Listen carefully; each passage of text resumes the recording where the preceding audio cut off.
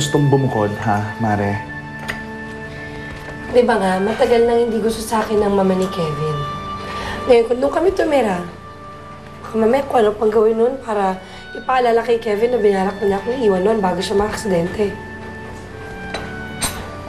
Okay. Alam mo mabuti, anak. Simplihan mo lang yung pag-alis mo.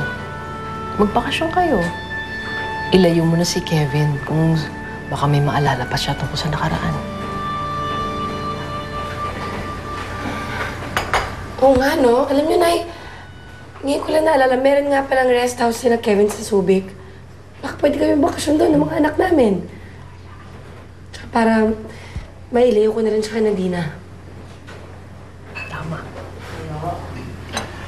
Agree ako dyan, Mare. Pero kasi, for sureness, isa doon sa mga kaibigan mo, ang kabilang asawa mo eh. Okay?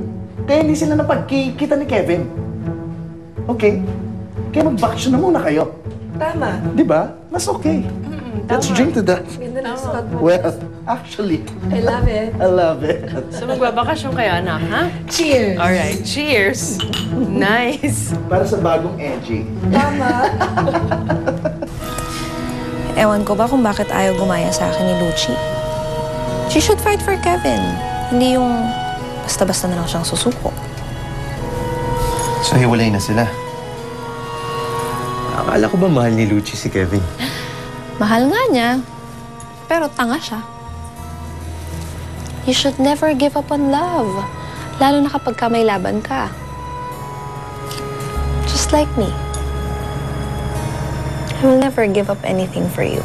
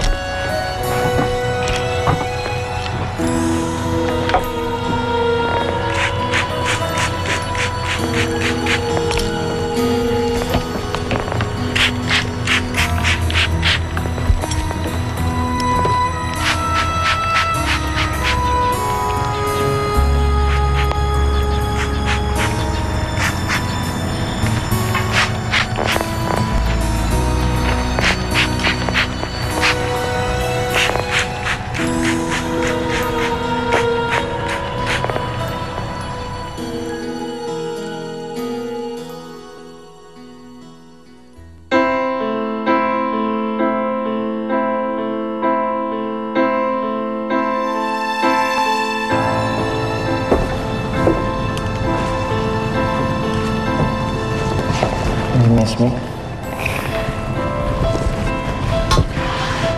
Kevin, hindi ka na dapat nagpunta dito. What we did before was a mistake. I wanted to see you. These are for you. Kinuha mo lang yan sa labas eh. It's the thought that counts.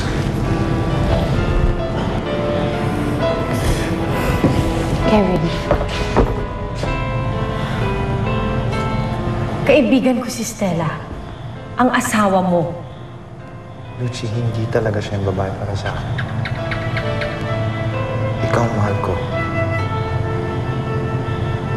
Ikaw. Kevin, please.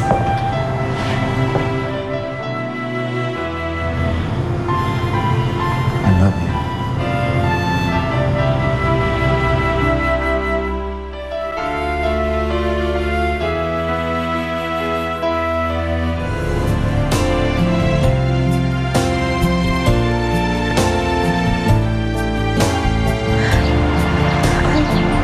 Sorry, Stella.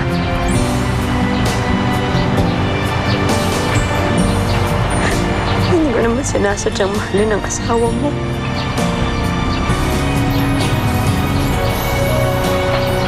Pero huwag kang mag-alala.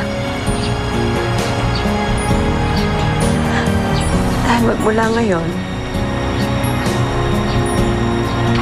kakalimutan ko na ang lahat ng nangyari sa amin.